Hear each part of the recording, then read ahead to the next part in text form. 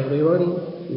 Today we are going to continue with a new unit, that is Forms of Business Organization Part 2. In that I am going to start with the meaning of cooperative society. So cooperative society is a form of business organization in which individuals get associated for their own economic upliftment on equality basis. तो cooperative society जो है वो एक इस तरह का business organisation होता है जिसमें इंडिविजुअल जो है वो वॉलंटरली एसोसिएट होते हैं ताकि वो अपने खुद का इकोनॉमिक इंटरेस्ट अपलिफ्ट कर सके. So it is a voluntary association, you can say, that is being formed for the economic upliftment of their members bye service motive. In the next slide, I will continue with the characteristics of cooperative society. Okay everyone, so let us start with the characteristics of cooperative society, and in that the first point is voluntary association. So it is a voluntary association of individuals join in cooperative society on the basis of equity. तो cooperative society जो है वो एक voluntary group होता है जिसमें individual जो है वो अपनी मर्जी से ज्वाइन होते हैं, या फिर इसको एक वॉलंटरी एसोसिएशन आप कह सकते हो जो किसी के द्वारा भी फॉर्म किया जा सकता है और कोई भी इसका हिस्सा बन सकता है. Individual joins in cooperative society on the basis of equity, यानी कि कोऑपरेटिव सोसाइटी में जो भी ज्वाइन होते हैं वो किसी भी तरह के डिस्क्रिमिनेशन या फिर किसी भी तरह की पार्शलिटी को फॉलो करके ज्वाइन नहीं होते. ये जो भी ज्वाइनिंग होता है कोऑपरेटिव सोसाइटी का वो एक काफ़ी इम्पार्शियल वे से होता है. सेकेंड पॉइंट है easy formation process. The formation process of cooperative society is easier than that of a company. Minimum 10% join together and get it registered with the Registrar of Cooperative Society under Cooperative Society Act. तो जो भी formation process जो cooperative society का रहता है वो company form of business से काफ़ी इजी रहता है. जनरली 10 जन भी कोऑपरेटिव सोसाइटी को फॉर्म कर सकते हैं और उसका रजिस्ट्रेशन कोऑपरेटिव सोसाइटी के एक्ट के तहत करवा सकते हैं. एक बार रजिस्ट्रेशन होने के बाद कोऑपरेटिव सोसाइटी को एक सेपरेट लीगल आइडेंटिटी मिल जाती है. Third point is equality of members. Members have equal right and equal opportunity in cooperative society. There is no distinction among member due to capital investment और any other reason. तो जो भी members होते हैं cooperative society के उनके पास समान अधिकार होते हैं, उनके पास उन्हें इक्वल अपॉर्चुनिटी यानी इक्वल चांस भी दिया जाता है कोऑपरेटिव सोसाइटी में. उनके साथ किसी भी तरह का भेदभाव नहीं किया जाता. किसी तरह के कैपिटल इन्वेस्टमेंट या फिर किसी और रीज़न को लेके उनके साथ किसी तरह का भेदभाव कोऑपरेटिव सोसाइटी में नहीं होता. Fourth point is related to separate identity. With the registration, the cooperative society gets a separate legal identity from its member. तो रजिस्ट्रेशन होने के बाद कोऑपरेटिव सोसाइटी का एक अपना खुद का अस्तित्व बनता है जो उसके मेंबर के एग्जिस्टेंस से थोड़ा अलग रहता है, यानी कि उसे एक सेपरेट लीगल आइडेंटिटी मिल जाती है जो उसके मेंबर से थोड़ी अलग रहती है, जिससे किसी मेंबर की entry Here, the entry or exist of the member does not affect on its existence. जिससे मेंबर का कोऑपरेटिव सोसाइटी में आना या फिर किसी मेंबर का कोऑपरेटिव सोसाइटी में जाने से कोऑपरेटिव सोसाइटी के एग्जिस्टेंस को फर्क नहीं पड़ता. तो by the registration the cooperative society gets a legal identity in the eyes of law through which the entry and exist of the member will not affect its existence. यानी कि एक बार एक सेपरेट लीगल आइडेंटिटी रजिस्ट्रेशन के बाद मिल जाने पर किसी भी मेंबर के कोऑपरेटिव सोसाइटी में आने या फिर किसी भी मेंबर के कोऑपरेटिव सोसाइटी से बाहर जाने पर उसकी एग्जिस्टेंस पर कोई फर्क नहीं पड़ता. Fifth point is related to democratic management. A cooperative society is managed by the representative elected by the members. तो कोऑपरेटिव सोसाइटी जो है वो जो भी प्रतिनिधि कोऑपरेटिव सोसाइटी के मेंबर के द्वारा सिलेक्ट किए गए हैं उनके द्वारा मैनेज होती है। In company voting right is per share, but in cooperative society voting right is per member. तो कंपनी फॉर्म ऑफ बिजनेस में जो भी वोटिंग राइट होता है वो पर शेयर के बेसिस पे होता है, जबकि कोऑपरेटिव सोसाइटी में जो वोटिंग राइट होते हैं वो पर मेंबर के बेसिस पे होते हैं। So significance is not given to capital, but significance is given to man in cooperative society. तो यहाँ पे कोऑपरेटिव सोसाइटी में जो भी इम्पोर्टेंस दिया जाता है वो मेंबर को दिया जाता है, ना कि कैपिटल को। Any member can contest the election of executive committee and can participate in management. तो कोई भी मेंबर जो है वो किसी भी तरह के इलेक्शन का भी पार्ट बन सकता है और वो अपना हिस्सा या फिर अपना पार्टिसिपेशन मैनेजमेंट में भी कर सकता है। The management of cooperative society is really democratic as compared to a company. तो जो भी मैनेजमेंट कोऑपरेटिव सोसाइटी का रहता है वो डेमोक्रेटिक होता है नेचर पे।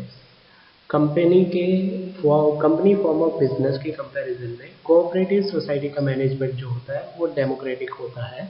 इस वजह से hence cooperative society is called a training school of democracy. इस वजह से कोऑपरेटिव सोसाइटी को ट्रेनिंग स्कूल ऑफ डेमोक्रेसी भी कहते हैं। Next in the next slide I will continue with the rest of the points. Hello everyone, so I am continuing with the point that is main motive of service. The main objective of cooperative or society is to serve its member. Profit is the secondary objective. Economic upliftment of the member is through service motive. So cooperative society attempt to raise the living standard of member and make them self-reliant. तो cooperative society का जो main motive होता है वो service motive है और जो profit जो है वो उसका सेकेंडरी मोटिव रहता है।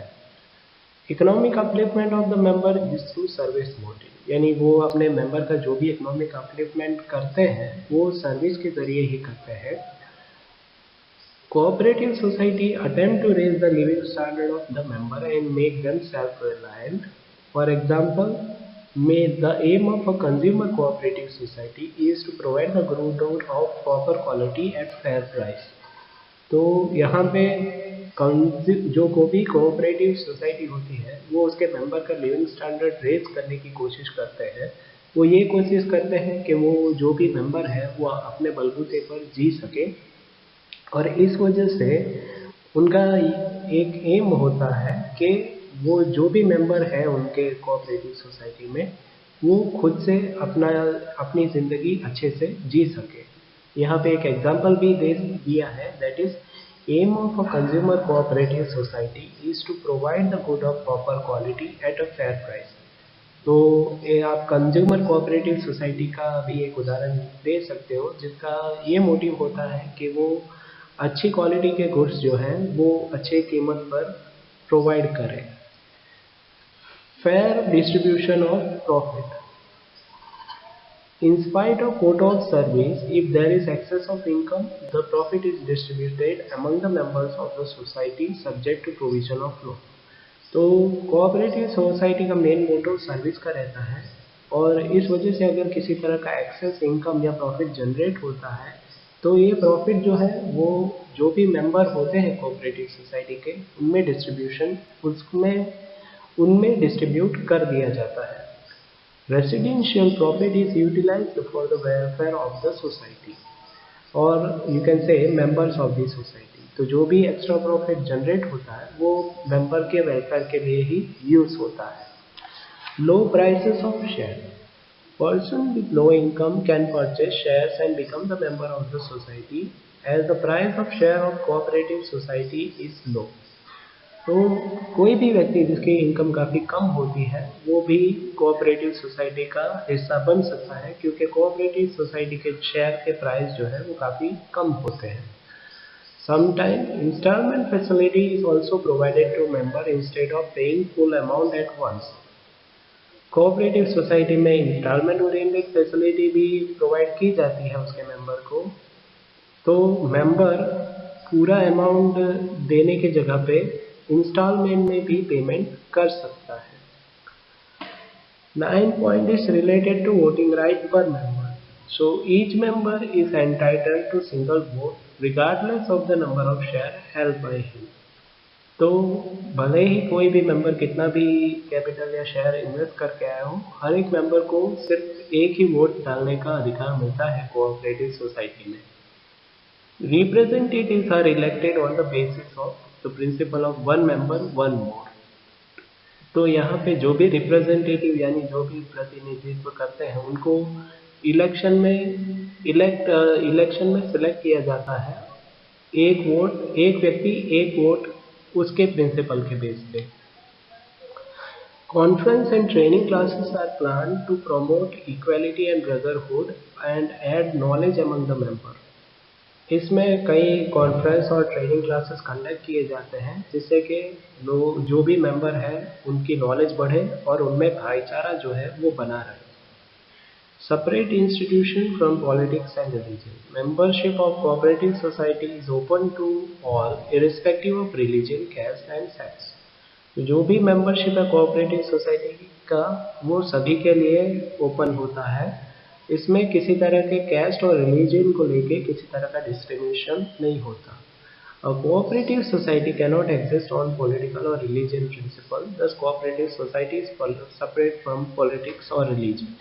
तो कोऑपरेटिव सोसाइटी जो है वो एक ऐसा एसोसिएशन है जो पॉलिटिक्स और रिलीजियन से थोड़ा अलग है, क्योंकि इसमें कोई भी मेंबर यानी कोई भी व्यक्ति इस कोऑपरेटिव सोसाइटी का हिस्सा बन सकता है, भले ही वो किसी भी धर्म से बिलोंग कर रहा हो या फिर किसी भी कैस्ट से बिलोंग करता हो. Unrestricted number of members. There is no restriction on the number of members so that as many persons as possible can become the member of society for their economic upliftment. तो इसमें member के number के related भी किसी तरह का restriction नहीं होता, यानी कि कितने भी नंबर्स में मेंबर्स ज्वाइन हो सकते हैं ताकि वो अपना इकोनॉमिक अपलिफ्टमेंट कर सके. So these are the points that are related to characteristics of cooperative society. Hello, let us start with the point that is related to advantages of cooperative society. First advantage is easy formation process. No lengthy legal formalities are required for the formation of cooperative society. Only 10% can come together voluntarily and get it registered with the registrar of cooperative societies. तो cooperative society बनाने के लिए या form करने के लिए किसी भी तरह के किसी लेंदी लीगल प्रोसीजर को फॉलो करने की कोई ज़रूरत नहीं पड़ती. इसमें 10 जन भी अपनी मर्जी से ज्वाइन होकर किसी कोऑपरेटिव सोसाइटी को फॉर्म कर सकते हैं और इसका रजिस्ट्रेशन कोऑपरेटिव सोसाइटी एक्ट के तहत करवा सकते हैं. Perpetual existence. As soon as the cooperative society is registered, it gets a separate legal existence from its members.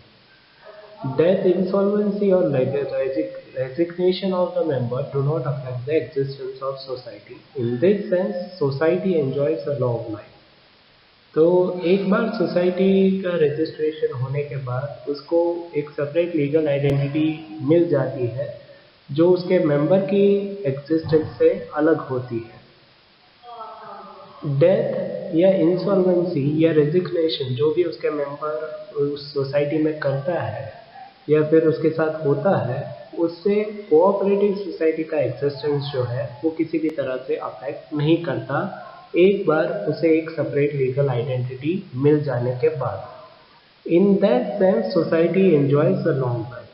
तो इस तरह से ये कहना सही होगा कि सोसाइटी जो कोऑपरेटिव सोसाइटी का जो एग्जिस्टेंस रहता है वो काफ़ी लंबा होता है, क्योंकि उसका जो एग्जिस्टेंस है वो उसके मेंबर के एग्जिस्टेंस के अलग होता है एक बार उसका रजिस्ट्रेशन हो जाने पर. Third point is open membership. The membership is open to all those who have common interest. Religion, caste, sex or economic condition do not become obstacle in getting membership. तो कोऑपरेटिव सोसाइटी की जो membership है वो हर किसी के लिए open होती है. किसी भी तरह का रिलीजन, कैस्ट या फिर किसी भी तरह से इकोनॉमिक कंडीशन जो किसी व्यक्ति की होती है वो उस मेंबरशिप को एक्वायर करने में या फिर उस मेंबरशिप को हासिल करने में बाधा उत्पन्न नहीं कर सकती। Fourth point is limited liability of the member. The liability of the member of the society is limited up to the share purchased by them. तो कोऑपरेटिव सोसाइटी में जो भी मेंबर होते हैं उनकी लायबिलिटी जितना शेयर उन्होंने परचेस किया है उतने तक सीमित होती है। Fifth point is related to government assistance. Financial assistance is provided by the government to society for the member-oriented, service-oriented activities. तो जो भी फाइनेंशियल असिस्टेंस होता है कोऑपरेटिव सोसाइटी में या फिर फाइनेंशियल हेल्प रहती है कोऑपरेटिव सोसाइटी में वो गवर्नमेंट के द्वारा प्रोवाइड की जाती है, चाहे वो मेंबर ओरिएंटेड एक्टिविटी हो या सर्विस ओरिएंटेड एक्टिविटीज़ के लिए। This assistance is in the form of loan, grant and subsidy. ये जो भी फाइनेंशियल हेल्प प्रोवाइड किया जाता है गवर्नमेंट के द्वारा वो लोन के फॉर्म में हो सकता है, किसी ग्रांट या सब्सिडी के फॉर्म में हो सकता है। Sixth point is related to democratic management. Each member of the society is entitled to give a single vote per person. तो कोऑपरेटिव सोसाइटी में हर एक व्यक्ति को एक वोट डालने का अधिकार मिलता है। Decisions are taken by majority. Every member has the right to contest election, to cast vote, to participate in discussion and to elect representative. यहाँ पे जो भी डिसीजन लिया जाता है वो हर एक मेंबर के द्वारा लिया जाता है। हर एक मेंबर को ये अधिकार होता है कि वो वोटिंग कॉन्टेस्ट में पार्टिसिपेट करे और वो अपना वोट डाल सके। इसके अलावा उसे डिस्कशन और मैनेजमेंट में भी पार्टिसिपेट करने का हक होता है। The executive committee elected by the member manage the society in democratic manner. तो जो भी एग्जीक्यूटिव कोऑपरेटिव सोसाइटी में इलेक्ट होता है वो उस पर्टिकुलर कोऑपरेटिव सोसाइटी को डेमोक्रेटिक वे से मैनेज करता है। Next point is less administrative expenses. The cooperative society is based on the principle of thrift. Honorary service is available in the management. Management is also economical and administrative expense is not incurred. तो cooperative society जो है वो thrift के principal पर चलता है। इसमें honorary service जो है वो उनके प्रायर मेंबर के द्वारा प्रोवाइड किया जाता है मैनेजमेंट में।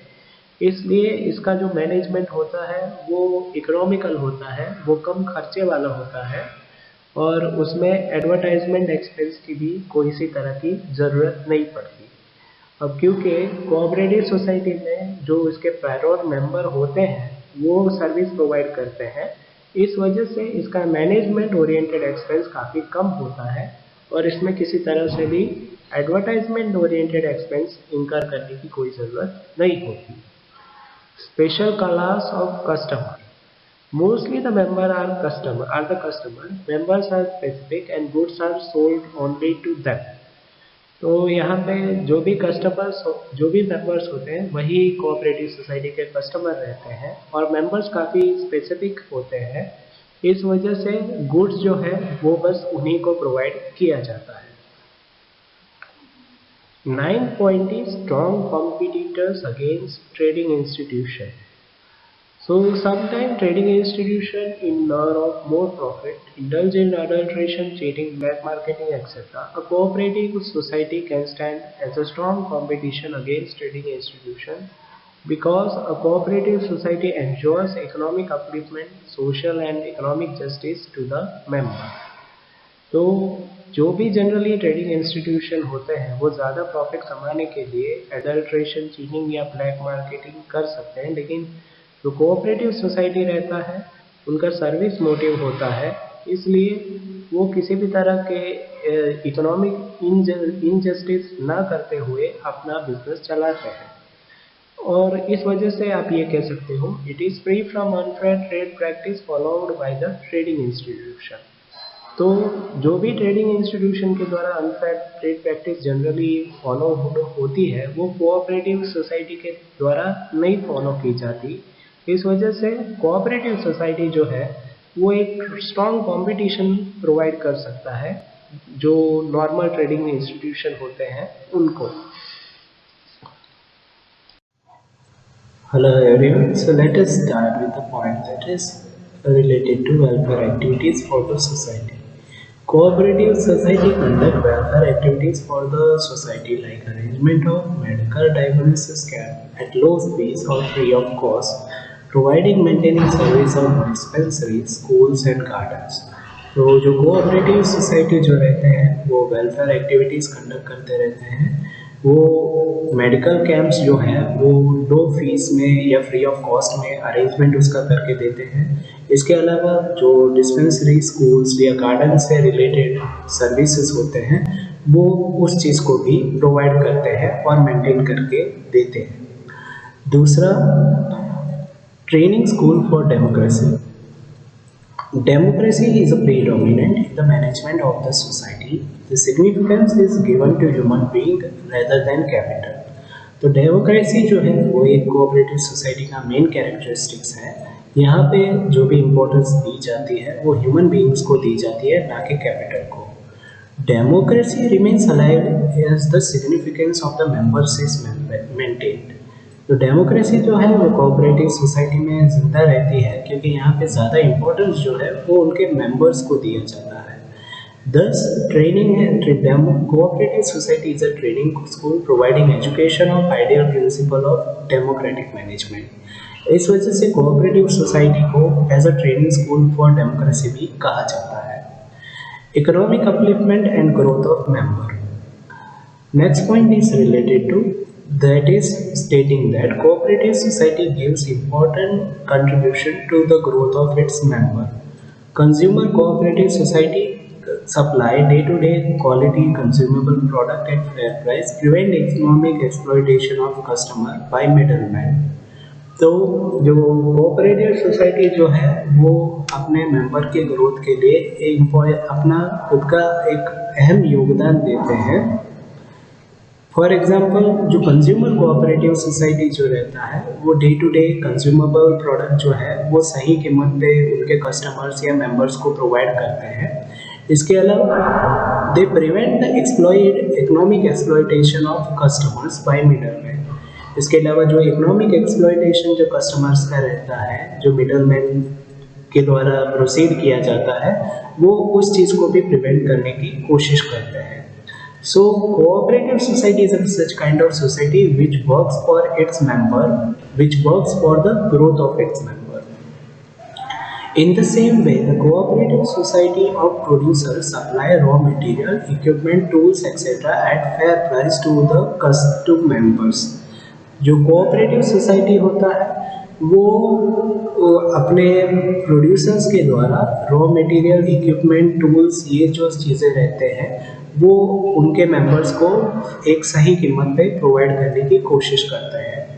Small producer can produce easily and can realise economic growth. Cooperative society have achieved much progress in the field of like sugar, milk, leather, raw cotton etcetera.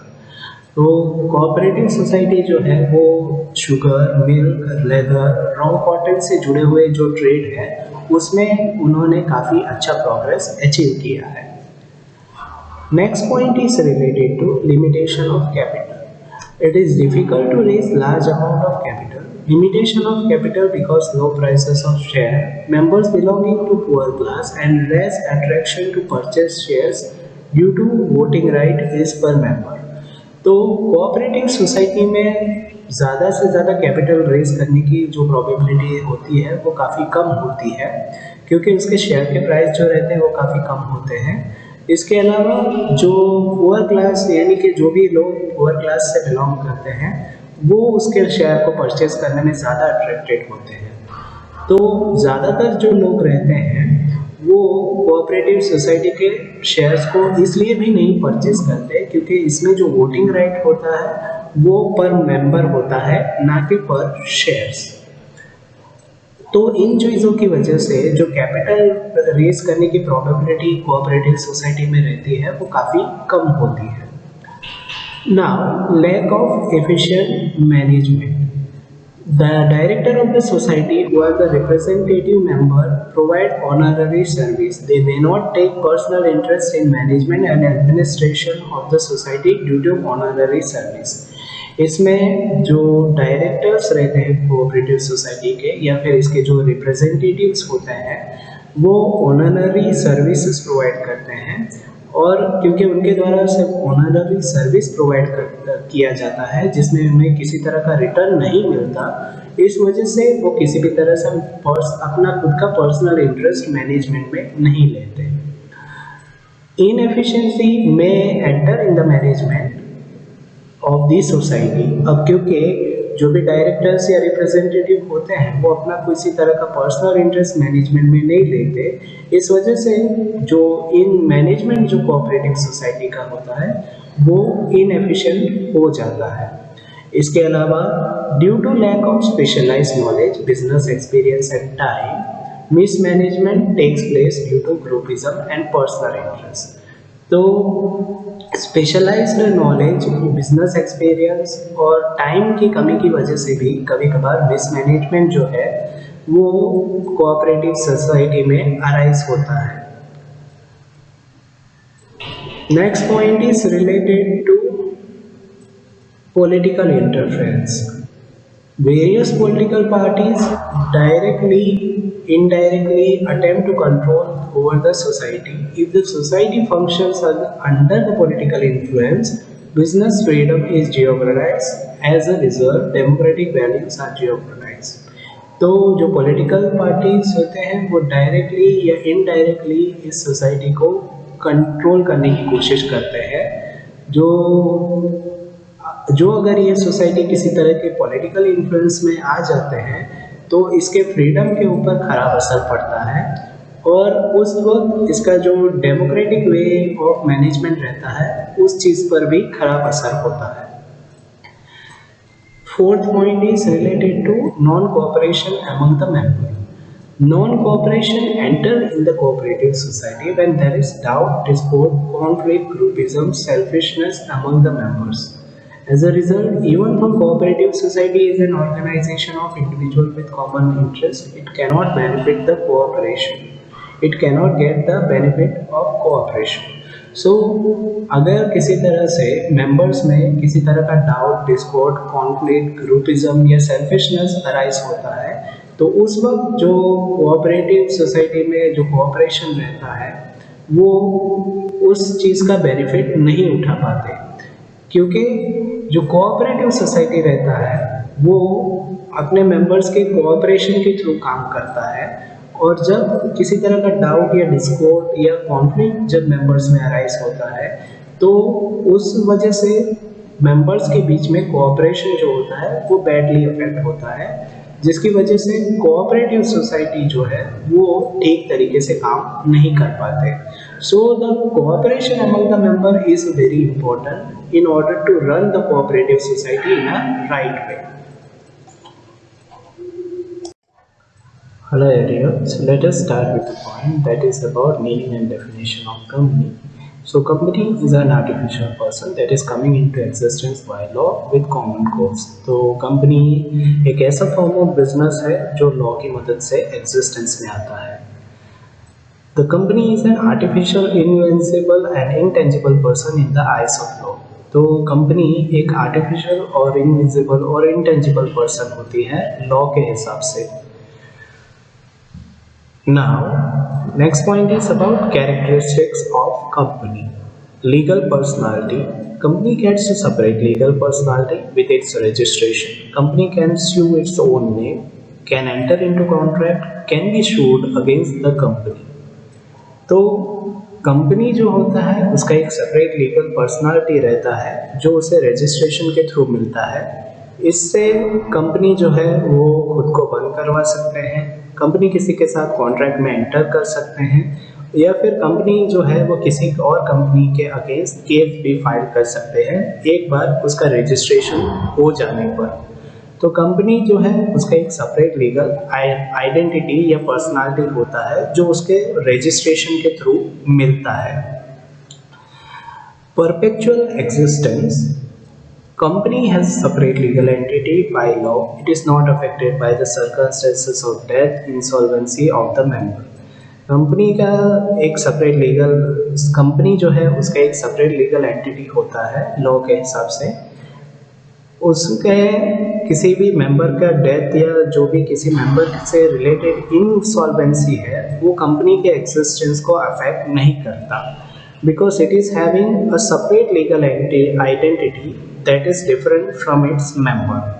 So company can be brought to end only through liquidation process. अगर company को बंद होना है तो वो एक proper liquidation procedure को follow करते हुए ही बंद होती है। किसी भी तरह से मेंबर के डेथ या इंसॉल्वेंसी जो है वो कंपनी के एग्जिस्टेंस को अफेक्ट नहीं करती और इसी वजह से उसका अपना खुद का एक परपेचुअल एग्जिस्टेंस होता है। Third point is division of capital in small fraction. The capital of the company is divided into small part and each part is called share. जो कंपनी का कैपिटल रहता है उसको स्मॉल पार्ट्स में divide किया जाता है और हर एक हिस्सा जो रहता है उसे आप शेयर कह सकते हो। A company can raise the capital fund on large scale through the issue of shares. तो कंपनी जो होता है वो उसके कैपिटल फंड को काफ़ी बड़े पैमाने पर इशू कर सकते हैं या फिर काफ़ी बड़े पैमाने पर उसे रेज कर सकते हैं अपने शेयर्स को इशू करते हुए। The purchaser of the share is called share holder of the company. जो भी कंपनी के शेयर्स परचेज करते हैं उन्हें कंपनी के शेयर होल्डर्स के तौर पे जाना जाता है। Easy transfer of share, share holder can sell the purchase and purchase the share of a company subject to the provision of the company and law. तो शेयर होल्डर जो है वो शेयर्स को सेल कर सकते हैं, परचेज भी कर सकते हैं जैसे कंपनी में व्यवस्था दी गई है या फिर जैसे लॉ में जिसका जैसा प्रोविजन दिया है उसके हिसाब से। Transfer of share is an important characteristics of a company. तो जो ट्रांसफर ऑफ शेयर्स रहता है वो कंपनी का एक बहुत ही इम्पोर्टेंट कैरेक्टरिस्टिक्स होता है। Fifth point is related to common seal. The seal is affixed on the contract, share certificate, document and the day to day transaction of the company to express the consent of the company. जो company का common seal होता है वो company के contract में, share certificate में या document में इम्प्लांट किया जाता है, उसे फिक्स किया जाता है जिससे कि कंपनी किसी पर्टिकुलर चीज़ को लेके उनके एग्रीमेंट को दिखाते हैं। यानी कि वो किसी पर्टिकुलर कॉन्ट्रैक्ट या किसी पर्टिकुलर शेयर सर्टिफिकेट या डॉक्यूमेंट में अपना एग्रीमेंट या फिर अपना कंसेंट अगर दिखाना चाहते हो तो वो उस कॉमन सील के थ्रू प्रेजेंट करते हैं जो उस पर्टिकुलर कंपनी से बिलोंग करता है। तो कंपनी का कॉमन सील जो रहता है वो उनके कंसेंट को प्रेजेंट करता है, जो कंसेंट वो किसी पर्टिकुलर कॉन्ट्रैक्ट या डॉक्यूमेंट को लेके प्रेजेंट करते हैं। Next thing is about management. As the company is an artificial person, the board of director manages the company subject to the memorandum of association and article of association. तो company जो है वो एक artificial person है, उसका जो भी management किया जाता है वो कंपनी के बोर्ड ऑफ डायरेक्टर्स के द्वारा किया जाता है और बोर्ड ऑफ डायरेक्टर्स जो है वो मेमोरेंडम ऑफ एसोसिएशन और आर्टिकल ऑफ एसोसिएशन को फॉलो करते हुए कंपनी का मैनेजमेंट करते हैं। The share holder elect their representatives among themselves who is called directors. जो शेयर होल्डर्स होते हैं वो अपने रिप्रेजेंटेटिव्स को अपने बीच में इलेक्ट करते हैं जिन्हें आप डायरेक्टर्स कह सकते हो। तो जो शेयर होल्डर्स के रिप्रेजेंटेटिव्स होते हैं वही डायरेक्टर्स होते हैं कंपनी के। As a group directors are known as board of directors. जो डायरेक्टर्स का ग्रुप होता है उन्हें आप बोर्ड ऑफ डायरेक्टर्स कह सकते हो जो कंपनी को मैनेज करते हैं। Thus ownership and management are separate. तो कंपनी में ओनरशिप और मैनेजमेंट दोनों सेपरेट होते हैं, यानी कि कंपनी को मैनेज करने वाले लोग अलग होते हैं और कंपनी का जो ओनरशिप होता है वो अलग रहता है। Status of member. Neither member can enter into contract on behalf of the company, nor a company can be liable for the act of its member, as the management and ownership are separate and also the company has separate legal entity. तो members जो है वो company के behalf में किसी तरह की contract में एंटर नहीं कर सकते। इसके अलावा कंपनी जो होते हैं वो मेंबर के एक्ट के लिए किसी भी तरह से रिस्पॉन्सिबल नहीं होते, क्योंकि कंपनी में मैनेजमेंट और ओनरशिप जो रहता है वो अलग अलग होता है। Also the company has a separate legal entity. Company का खुद का एक अलग एग्जिस्टेंस होता है जो उसके मेंबर से अलग रहता है। But member can enter into contract with the company, लेकिन मेंबर अगर चाहे तो कंपनी के साथ कॉन्ट्रैक्ट कर सकता है।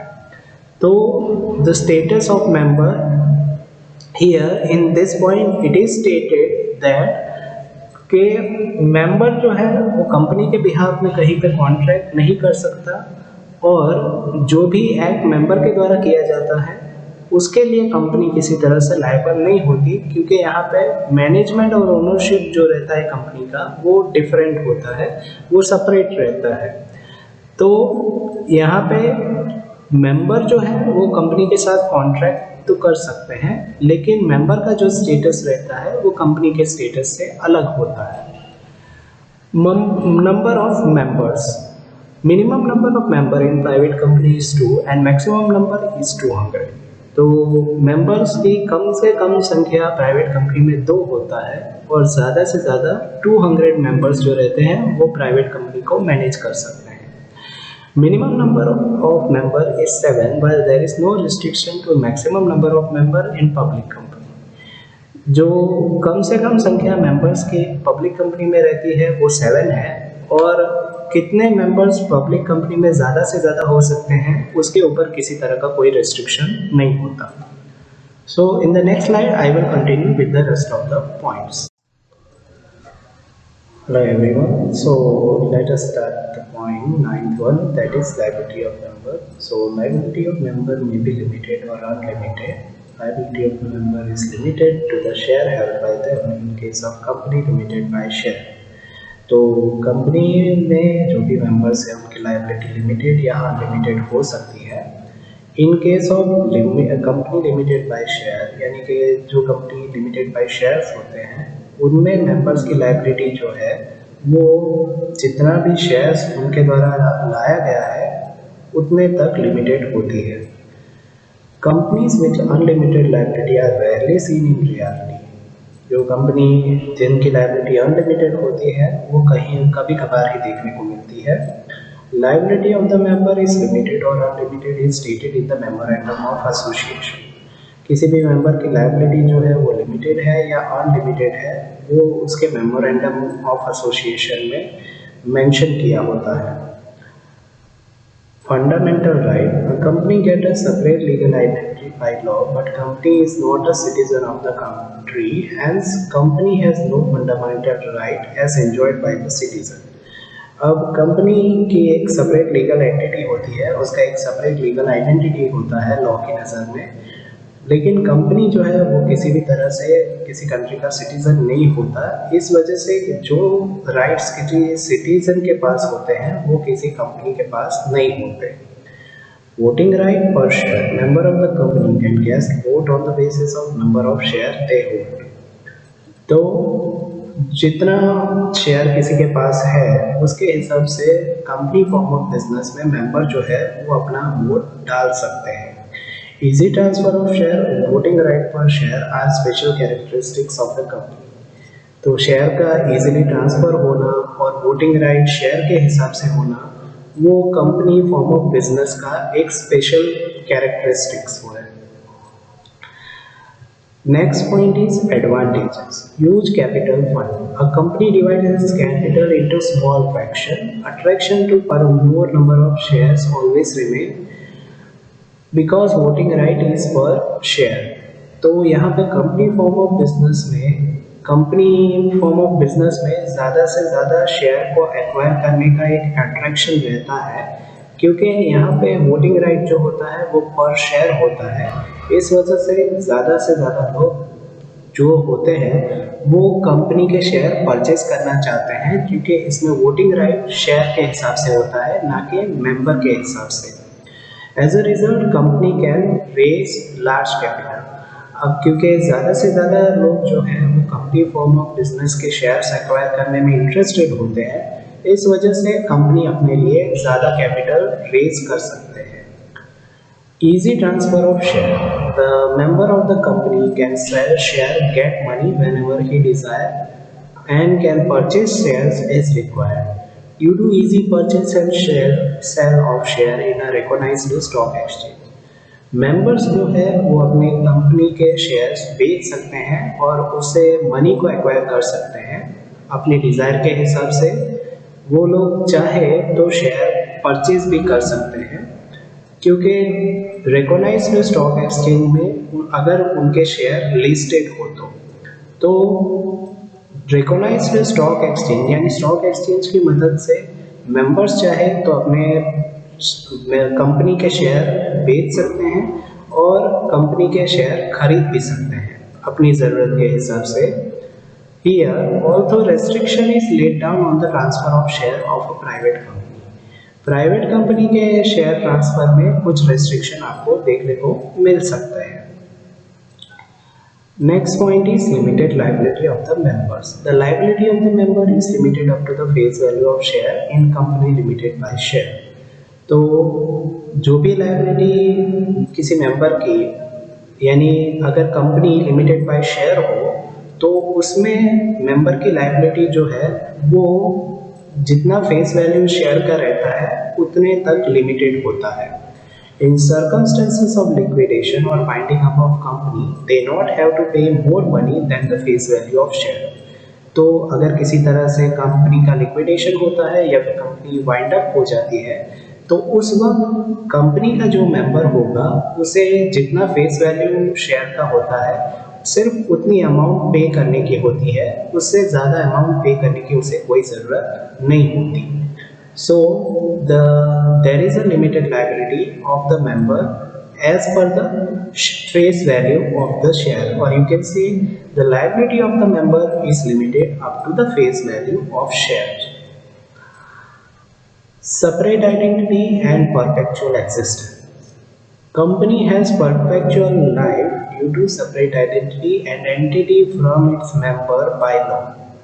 तो कंपनी का एक अपना खुद का एग्जिस्टेंस होता है जो उसके मेंबर के एग्जिस्टेंस के अलग से थोड़ा अलग रहता है। The existence of the company is not even affected in circumstances of death, insolvency, insanity of member or in case of transfer of share by member. तो मेंबर के शेयर ट्रांसफ़र करने से, उसके इंसॉल्वेंट हो जाने से या फिर उसके मर जाने से कंपनी के एग्जिस्टेंस किसी भी तरह से अफेक्ट नहीं होता, क्योंकि कंपनी का खुद का एक सेपरेट आइडेंटिटी होता है, उसकी खुद की एक परपेचुअल लाइफ होती है। इस वजह से so this are some of the points that I have covered today. In the next slide, I will continue with the rest of the advantages of company form of business. Thank you.